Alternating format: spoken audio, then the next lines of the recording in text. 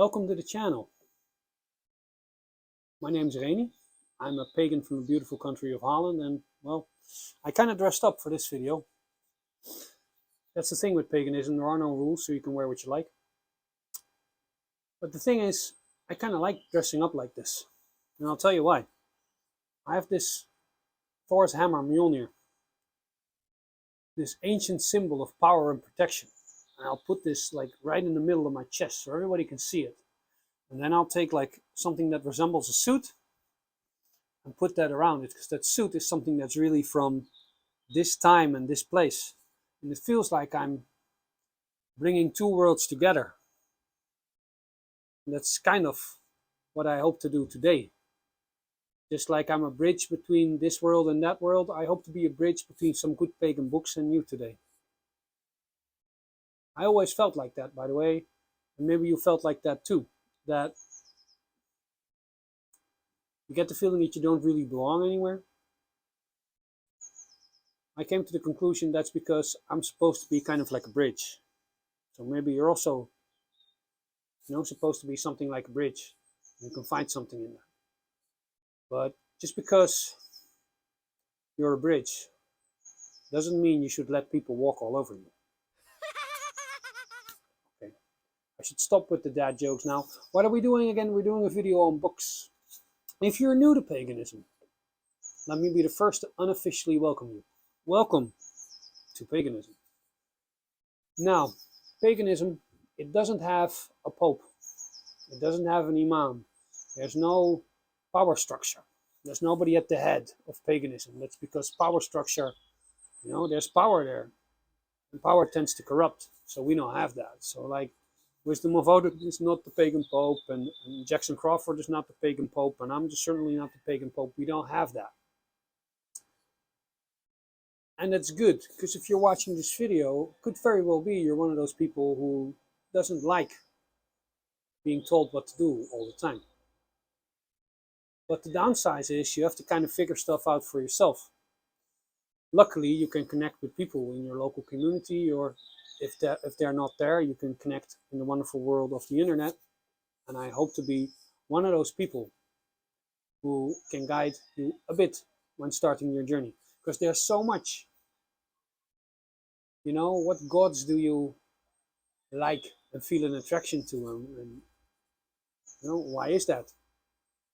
Do you feel a connection to the thunder god Thor, or Odin, the wise one? Or you don't even have to start with the Germanic gods. You can, really feel connection to the Irish deity, the Morrigan, which represents battle rage. You can have the Egyptian gods. You're free. But this channel tends to focus a lot on the Norse and Germanic deities, and I'm going to give you 3 books that have helped me tremendously, and I think are really good, especially for starting pagans. Because there's so much. There's gods, there's myths, there's stories, there's ceremony, there's archetype, there's ancestor veneration, and there's all these pantheons that you could basically kind of choose from. Maybe they choose you instead of you choosing them. So where do you start? This video is for you. I'm going to give you 3 books that are fun and accessible. First one, let's start with the beginning. Tales of Norse Mythology by Gruber. Now, I can't recommend this enough, because this is the collected myth and collected, it's not just the myths, but also the sagas. And it's told beautifully. The illustrations are done beautifully. And it just shows you all you need to know about the Norse myths. It's a good way to start, because the Norse myths are very deep. There's a lot of symbolism there, and I believe that in it we can really find meaning and our place in the world. That's why they're told. But besides all that, they're also intriguing and fun and just easy to read.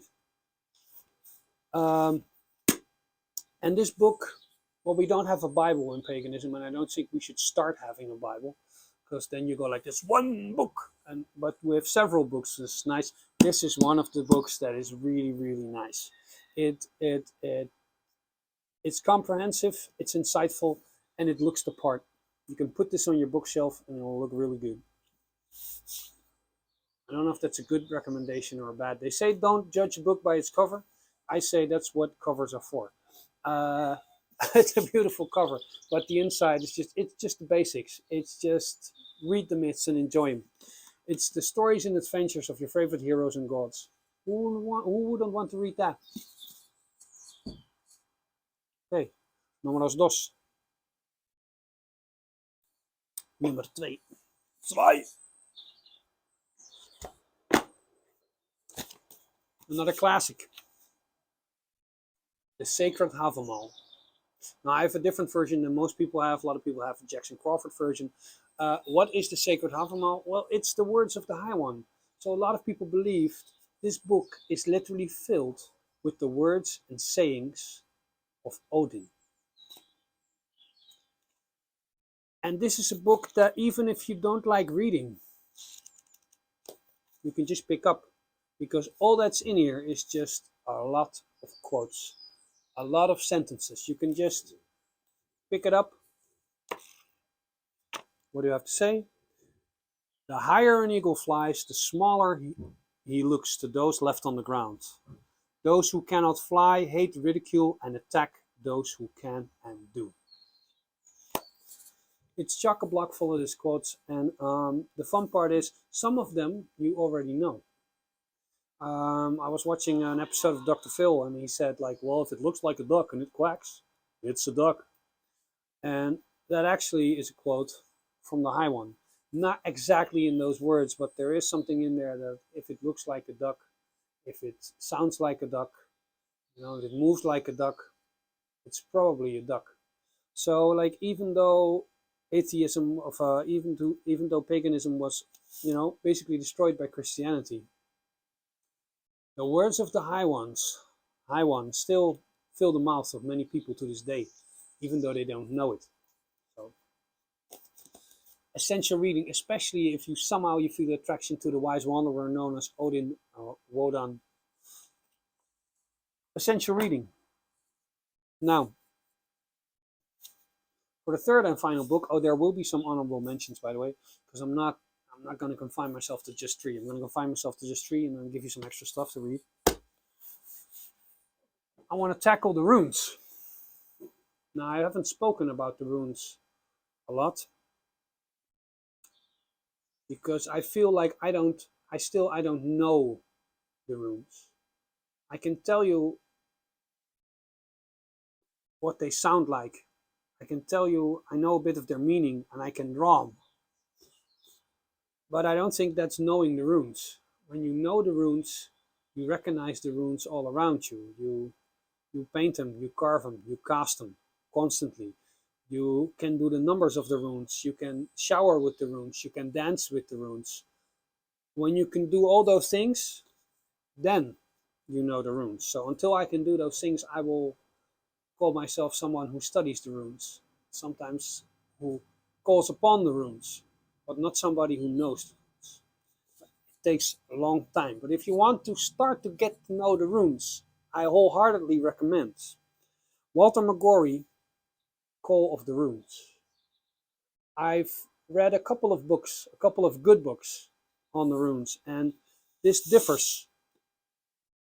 This differs in a way that it's very on point, but he somehow makes the runes more simple and easy to understand without cutting them into pieces. He doesn't subtract from the power or the value, and yet he makes it simple, which I think is important because any idiot can make something complicated, but it takes a really wise man to make something simple, to make something complicated simple. And it's also my experience, if you keep it simple, there's this space you leave open. It's not full of mental clutter. You don't have that. That's a space where spirit can come in. So yes, this covers all the runes. Yes, this covers rune poetry. Yes, this covers ancient rune stones and ancient carvings found in Denmark and Scandinavia. It also gives very simple and very practical advice on how to use the runes in your daily life. So this is a relatively new book, so it's kind of could be a controversial pick, but I love it, and some people that I respect also seem to love it. So I dare to put this at number 3 if you want to learn about the runes. Walter is your guy. He's also Dutch, by the way. Not that that persuaded me in any sense. It's just a nice little tidbit of information. Okay, now I have some honorable mentions which are really good, but I want to address something first. Because like I'm doing 3 books, and I know there are going to be some people watching there who are not beginning pagans, who are already typing at the speed of light at their phone, going like, "Why didn't you put the Poetic Edda in there?" A lot of people will be disappointed that I didn't put the Poetic and the Prose Edda in there. I agree those books are really important, but to be perfectly honest, when I read them, they were kind of hard for me to... It wasn't an enjoyable read for me. I had to struggle to get to the end of those books. So when you're a beginning pagan, I wouldn't recommend it, because what I would recommend is books that are fun and books that grab you. Because if you're beginning pagan and you say, okay, my first book is the Poetic Edda, and you read it and you go like, nyeh, nyeh, nyeh, nyeh, it might not stimulate you as much to read further. At first, I just want you to get some information in a fun way. I don't want anybody to be discouraged. You go like, I choose the only religion with homework and it's this book that I can't get through. Fuck that. I don't want you to have that. I want you to have a good time. Okay, honorable mentions. I made a whole separate video on this book, The Darkening Age by Catherine Nixby. I'll put the link in the description below, because it's the one book every pagan should read. So every time I talk about books, I will talk about this. It's a book about the transition in Rome from paganism to Christianity. Scholars already know, but most people don't. They don't know how brutal it was and everything we lost when the pagan classical world was destroyed by the Christians. Link to this video on this book is in the description below. Okay, another fun book. Joan Harris, The Gospel of Loki. Now, if you want something fun that you can just like read in a weekend or in a week and just run through, it's the Nordic myth, but it's told through the eyes of the trickster god, the god of the outcast and the god of chaos, which is fun because there's a lot of insults. There's a lot of wit and there's a lot of darkness. If you want to read something from the perspective from the Norse and Germanic anti-hero, I suggest you read this. It's a lot of fun. She wrote 2 books of Loki. It's the Gospel of Loki, and I believe the other one is the Book of Loki. Don't be confused. Don't order that other one. I read that other one. It's pretty cringe. I won't go into detail. It's just, don't read it. It's just not as good. It's just cringe. But the Gospel of Loki, hell of a lot of fun. Yeah, recommended read for everybody. Okay, now we have something which is also quite essential to us pagans. We have the book Images You Should Not Masturbate To. It's a very handy book which I still use to this day, because, you know, sometimes you get confused, you know, you don't know what's appropriate and what's not appropriate. So you have like these images that can really help you. Like here's like the image of a dog taking a shit. You know, you probably shouldn't masturbate to that. You know, like sometimes I get confused. You just look it up and go like, oh yeah, a stuffed koala. You probably shouldn't masturbate to that. So you know, essential reading for all pagans. I hope somebody realizes I'm joking. That's all I got. 3 books for 3 different subjects. Norse myths and sagas, complete, absolutely gorgeous, beautiful by Gruber.